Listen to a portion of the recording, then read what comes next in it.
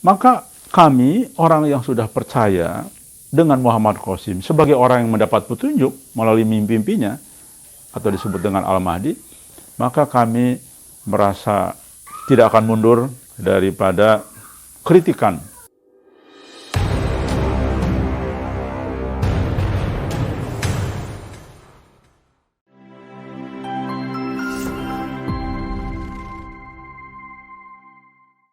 Kami dari Gajah, insya Allah selalu mendengar berbagai saran.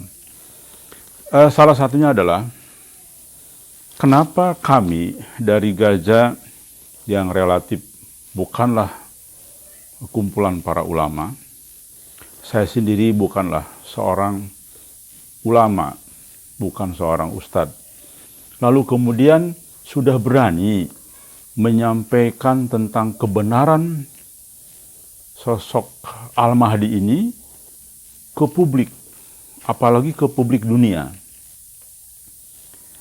Ini pertanyaannya.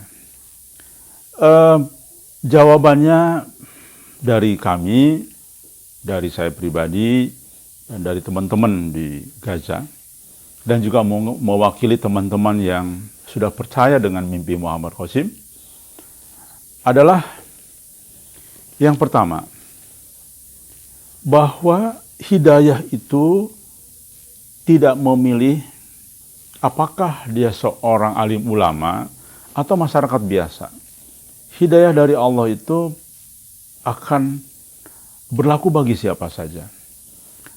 Hidayah dari Allah itu akan dipilih kepada siapa saja yang Allah kehendaki. Itu pertimbangan yang mohon dipikirkan oleh masyarakat dan umat Islam di seluruh dunia. Yang kedua,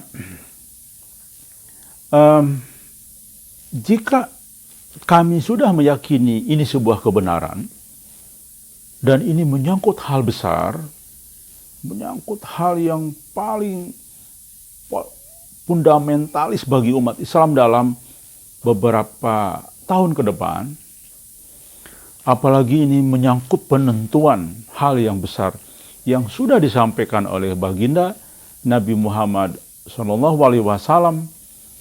14 abad yang lalu, maka kami tergerak. Maka kami ingin menyampaikan kabar gembira ini. Tidak salah, bukan?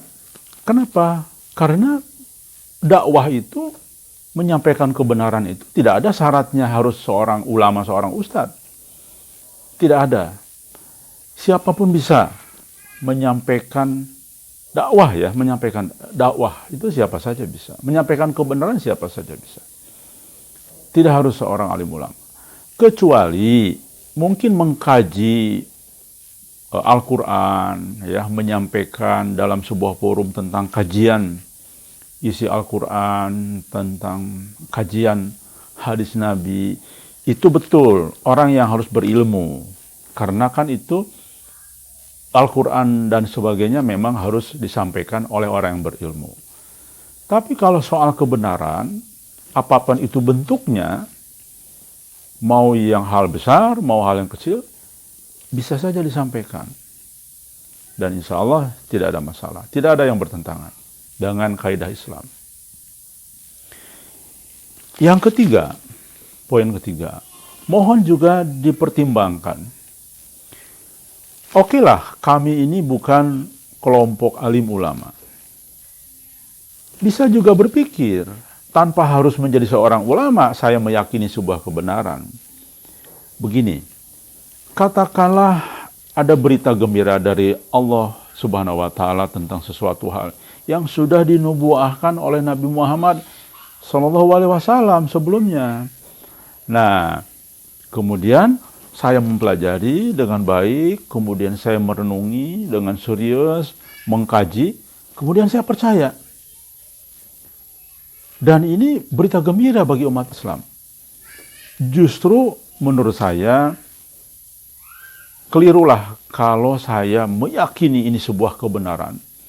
Ya, kemudian saya sudah membandingkan dengan banyak hal, dengan banyak kitab dan sebagainya. Kemudian saya pernah menyampaikan ini kepada seorang ulama, kepada seorang ustadz. Tapi beliau ini gamang, beliau juga bahkan ada yang tidak percaya. Saya kira adalah hal yang sangat wajar ketika saya sebagai orang yang merasa meyakini sesuatu hal itu untuk menyampaikan ke publik. Jadi artinya yang poin ketiga tadi adalah menyampaikan sebuah kebenaran, meyakini sebuah kebenaran, tidak harus seolah-olah menunggu dulu keyakinan ulama. Bagi saya, sebuah kebenaran, saya juga tentu baca buku alim ulama, tetapi lantas tidak harus saya percaya atau mulai menyampaikan pada orang lain menunggu keyakinan dulu ulama. Bagi saya, kami yakin cara kami yang paling benar. Satu contoh, ketika orang-orang yang pertama percaya kepada Nabi Muhammad SAW, apakah orang-orang yang percaya di sekitar Nabi Muhammad SAW menunggu dulu ahlul kitab untuk percaya? Bahkan menyampaikan kabar gembira ini menunggu dulu ahlul kitab saat itu, ya? Tidak. Gitu. Ini sebagai satu contoh sejarah dari miniatur bagaimana pertama kali Rasulullah muncul, ya. Kemudian dipercaya oleh orang-orang sekelilingnya. Jangan lupa, orang-orang sekelilingnya kan hampir semua tidak ada ahlul kitab. Semua adalah orang-orang penyembah berhala di Ka'bah. Jadi itu satu contoh miniatur kecil bagaimana orang-orang yang percaya awal ketika Nabi Muhammad SAW mulai muncul, mulai menerima amanah sebagai Nabi dan Rasul. Itu saya kira hal yang terpenting, poin ketiga itu untuk dicerna oleh masyarakat. Kemudian yang keempat,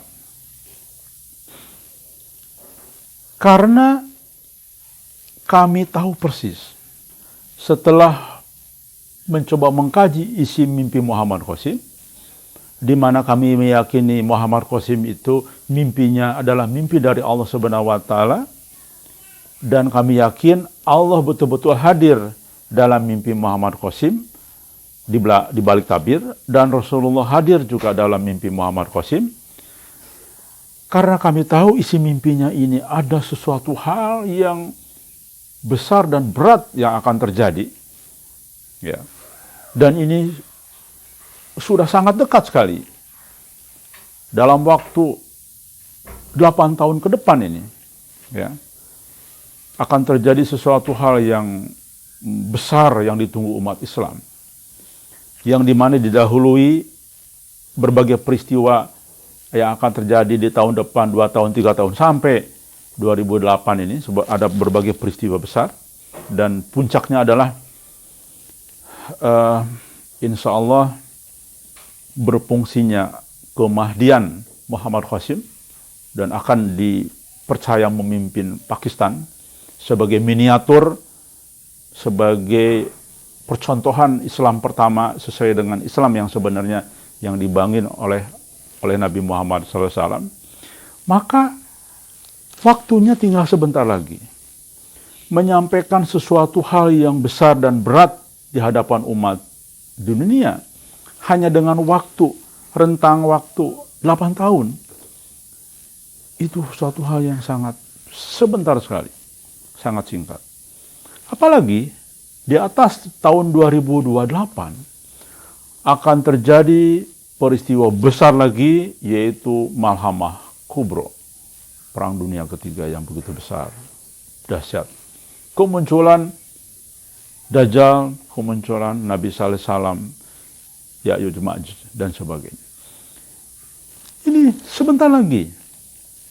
Maka kami, orang yang sudah percaya dengan Muhammad Qasim sebagai orang yang mendapat petunjuk melalui mimpi-mimpinya, atau disebut dengan Al-Mahdi, maka kami merasa tidak akan mundur daripada kritikan, daripada apa namanya,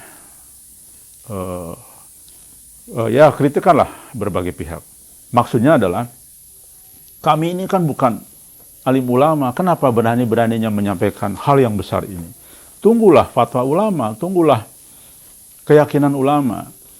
Nah, masalahnya juga ulama yang mana?